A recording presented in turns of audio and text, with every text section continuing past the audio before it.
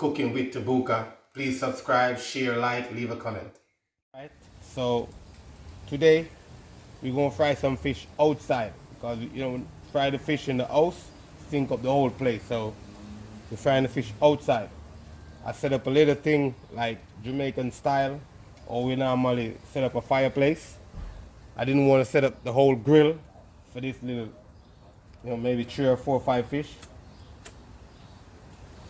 So normally what we do in Jamaica, we get the sticks and make sure the sticks light with a little bit of gasoline or kerosene oil or whatever you have. If you have grill lighter fluid or whatever, you can use that. So we're gonna get the fire started, okay? This is a charcoal, and this thing is a brake hub plate, whatever you call it, but this thing comes from the car, okay? All right. Okay, so outside frying some fish. I will tell you, welcome back to the channel. Please subscribe, like, share, leave a comment. So in the seasoning right here, I got salt and pepper, a little bit of Old Bay because I like to season up mine with Old Bay for more flavor. I try to debone it as much as I can, remove some of the bones, so it's much easier to eat. With plenty of that on it.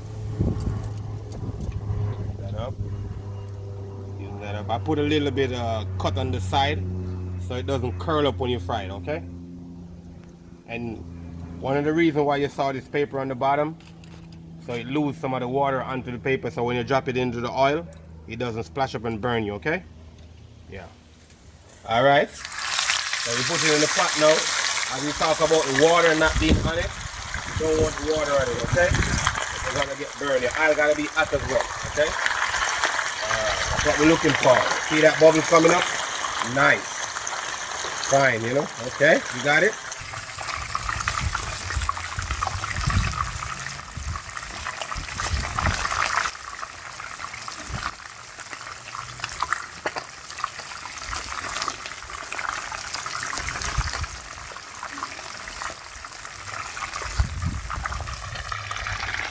All right, so you see this now? Perfect simmering. You don't want it to be like too hot if you're gonna burn it, okay?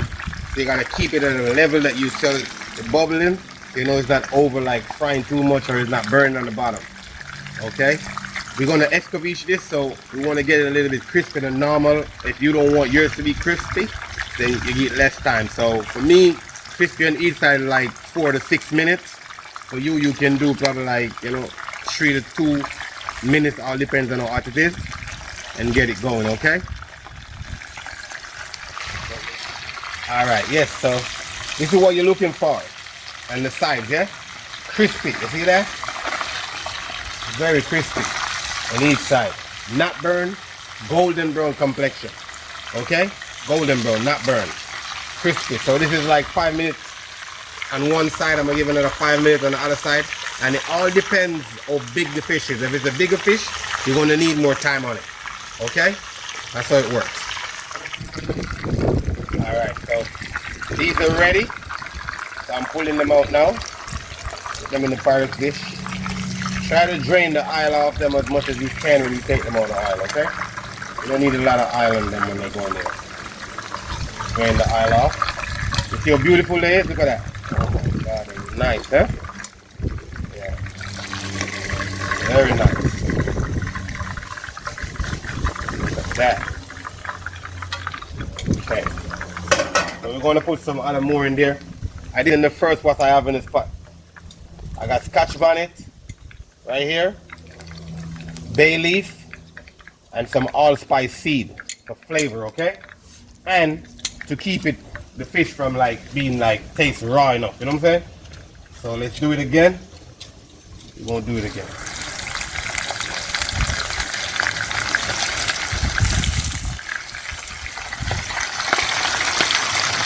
Nice. Look at that. Nice, nice. Okay, so as you guys see earlier, we were frying the fish outside.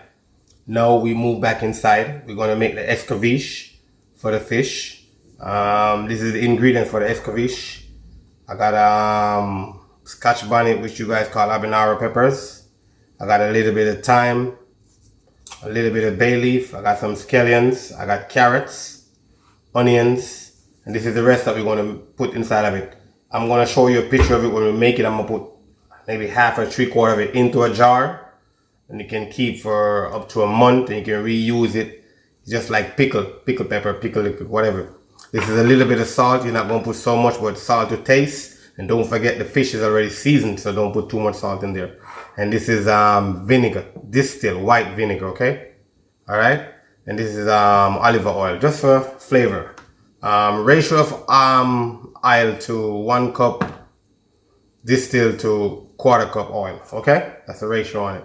So if you put 1 gallon vinegar, you put 1 quart oil, okay?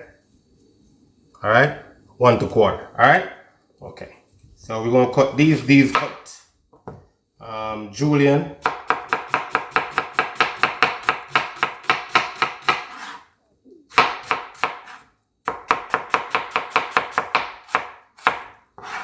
Gotta be careful with the knife as well. Don't cut your finger off.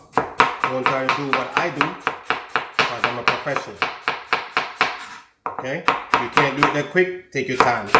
No rush. Safety first, okay?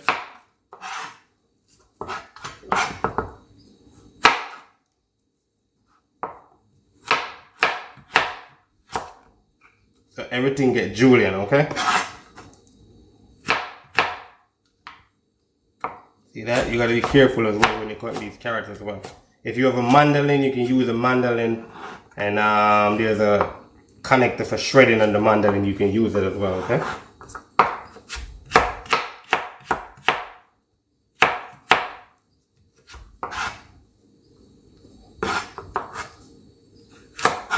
Take that little piece off it so you can balance more. Sit, and you get to cut it better, okay? Because it's round, you keep rolling. And let's Julian these, you know, the right size. So alright, we're adding oil to it now. You gotta be careful, do not let your pot get too hot, because if your pot get too hot, it's gonna burn you, okay? And for the Scotch bonnet pepper, you know what your taste bud is, you know what amount of pepper you can tolerate. So I put 5 in here, because it's gonna be a little extra, because I'm gonna put half of this into a jar and save it for next eat, or when I'm eating I can just take some pickled vegetables into my food, okay? So we're throwing this in here.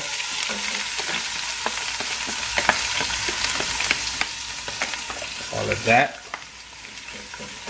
Stir them up a little bit.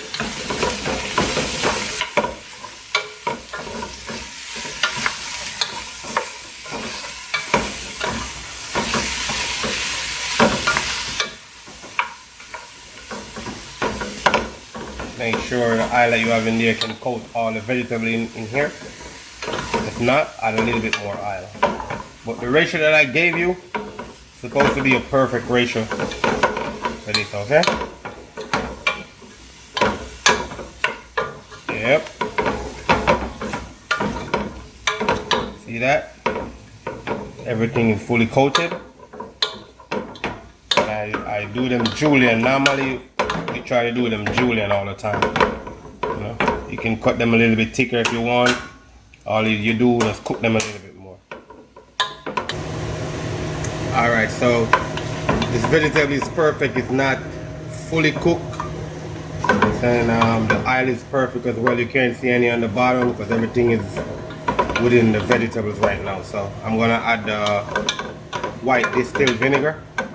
White vinegar, whichever you call it. Side of it.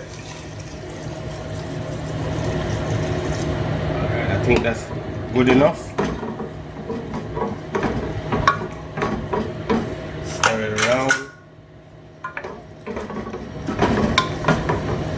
And in 4 minutes, it's ready.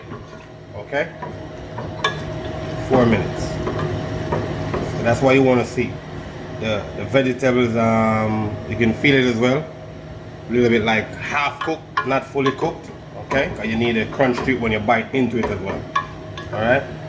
Just like you pickle some vegetables, you know, some peppers, some onions, still want to get that little bit of crunch. It's kind of the same way, but only thing this is more like a spicy pickling liquid style, but we call it Escovitch in Jamaica, okay? Alright. Alright, here we go again. So this is the final touch to the fish. Oh, that smells real good. Look at that. You're going to love this. You can't go wrong with Escovitch fish. And the good thing about Escovitch fish, it's like a cure. You don't need to put your fish in the fridge. You can stay outside for 2 to 3 days. And you just eat it right from there. Because the vinegar inside of this kind of like keep it fermented, kind of cure it like. So you know, you can go ahead. All that, I want to put some of this juice on it as well, because you know you're going to need the juice in it. Yeah, juice, look at that. Nice, huh? Not too much oil, because you don't want it to be oily as well. Juice, look at that, huh? Nice, nice juice. So, that's perfect right there. And the rest, I'm going to put it into this container, okay? I'm keeping the rest. Not an occasion, maybe. I'm eating some steamed fish or something. I'm just going to use that for now, okay? Alright, look at that, huh? Nice.